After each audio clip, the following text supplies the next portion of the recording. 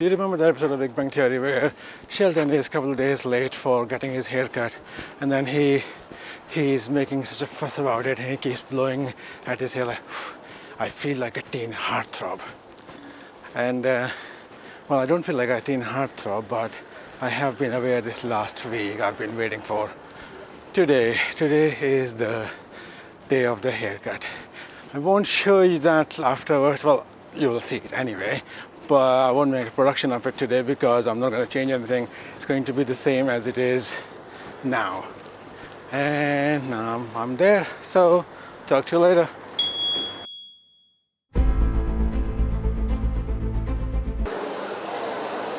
Okay, I've just finished watching John Wick Part 3, the Parabellum.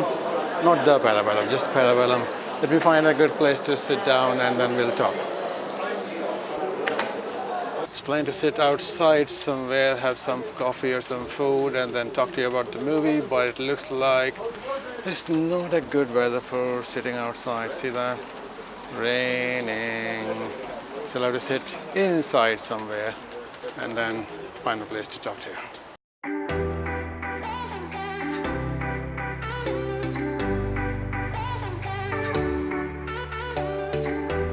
So, eating healthy today, but who comes to the movies to eat healthy, is it? Let's talk about the movie. Before I forget though, let's talk about Burger King. So I was looking to get some mozzarella sticks because I like mozzarella and mozzarella is vegetarian, but then the girl at the counter, she told me that mozzarella sticks are actually fried in chicken fat. So if you're vegetarian, be careful. Back to the movie. So first thing is I missed like 15 minutes of the movie, the beginning part, because I got stuck in traffic while driving to the cinema. So I can't actually review it honestly that much, but I will give you my impression of the rest of the 115 minutes that I think I watched.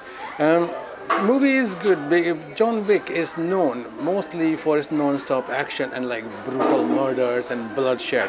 So that is there in space, and there are some different ways of killing a man that they had not done before, which they have done this time. So there are a couple of times when my fellow cinema watchers, they were like that. I didn't. I was there. I expected that kind of behavior, but they did. And then there are some little bit of humor there as well, which is all right. But coming to the story itself, there's not much of a story. If you have seen John Wick Chapter 2, then you know the story already. That John Wick is declared excommunicado by the Continental, and then the High Table gives out an open contract on him. That much you can see in the trailer, and that's pretty much the whole story. There's no other story. There are the characters that are introduced, there are the things that happen, and then boom, boom, boom, lots of gunfight, lots of sword fight, lots of knife fight, lots of hand-to-hand combat, all that kind of thing. But story-wise, not a lot that happens there. It may be like one paragraph you can describe the whole story, which I would not. I won't spoil it for you. But there's one thing that I can say hated about the movie was, see, when you watch a movie, there's a hero, there's a villain, there are bad guys, good guys, and then there are some grey characters. John Wick has been shown so far as a good guy. He's the hero. He's not even an anti-hero, because even though he kills people, but he's not an anti-hero. Our sympathies are definitely with him the whole time, and he has a moral compass. This time his moral compass is kind of gone. So is the way he interacts with other people who are on his side. I can't say who, because well, Halle Berry. I won't say how, but the way he interacts, the way he requests things or demands things sometimes, I don't like that, because that shows him as a weak character and sometimes as a grey character. So not a fan of that at all. And that goes on till the end as well. And then some places, like if he's a hero, he's killing people, and then he's something that you don't want to reckon with. That's the kind of force he is. So if you see him on his knees and he's begging people for things, then like, no, just no, not good. So you can be fighting as much as you want, you can be killing people, but then if you kind of kind of surrender or submit to somebody for the sake of your life, you lose that tough guy edge. Then you're not a tough guy anymore, and that you can see in here. I don't like that. Otherwise, when you see like in Hindi movies, it happens a lot. The villain has got everybody tied up to the pillars in a old mine or an old factory, and the hero is like mouthing off to the villain the whole time, and you feel like, dude, at least shut up for the time being. Pretend to go along with him. Pretend to be like surrender to him so that you can have a chance later on to get back against him and then kill the villain. But he just keeps going mouthing off. Same thing like Captain America and that kind of heroes. Because they have a moral compass, they don't want to compromise with their values. And that is something here is kind of gone. And some things, some stratagems, you would feel like, why the hell did he do that? Because in the end, if this was going to come out like this way, why did he go and do that in the first place? So that's kind of weird. That's not really great. Other characters have come out much better than the John Wick character this time. The title is good, Parabellum. It means prepare for war. That you can see in the spoiler in the trailer as well. So that part is good. And then other characters have come out nice. Some characters that you saw glimpses of before, then you can see more of them this time, and you can see them in a good light, like proper warrior kind of position. So that is nice to see. Action, very good, very well choreographed fights. There are some places where you know it's a movie fight. It's just staged. So there can be a time when he's fighting two guys, and then he's hitting one of them, and then when he finishes that, and then he goes to the other one. And in the meantime, the other one is actually waiting. How well he waits, how well the editor cuts it, how well the fight choreographer, fight director directs it. That all is relative. So sometimes there are a couple of weak moments which you won't get them, but you might feel like if that was on the DVD, I would have gone back and seen like, could I see that guy waiting there to be hit? But that happens in pretty much any movie when there's so much fighting. Keanu Reeves, basically, he's a weak kind of actor in my book. He's okay. He's like performance-wise, fighting-wise, yeah, he's alright.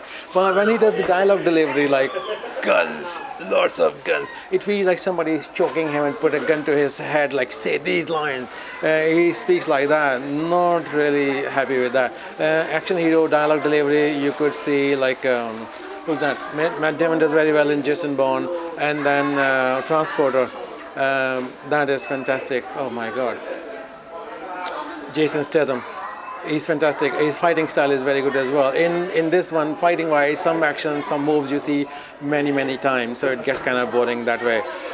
Climax, not a lot. It feels like they're just setting up for the fourth movie. That's about it. So climax wise, doesn't feel that we achieved anything other than watching like a video game kind of playing. But because action is good, so it's worth watching. I would not bother about going to the cinema though. If I were you, I would just wait for the DVD to come out and just do that. Just watch that. It's good enough for that. It's not good enough to drive in the rain and come out and face the traffic jam and all that. What else can I talk to you about? That's about it. So, okay movie, not great. I have to give it a star out of 5.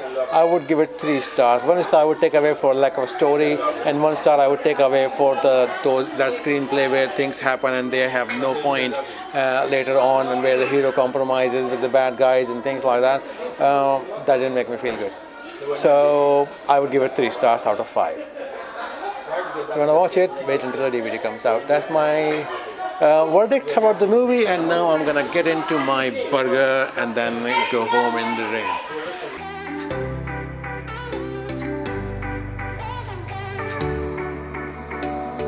Summer's gone, I'm latching on.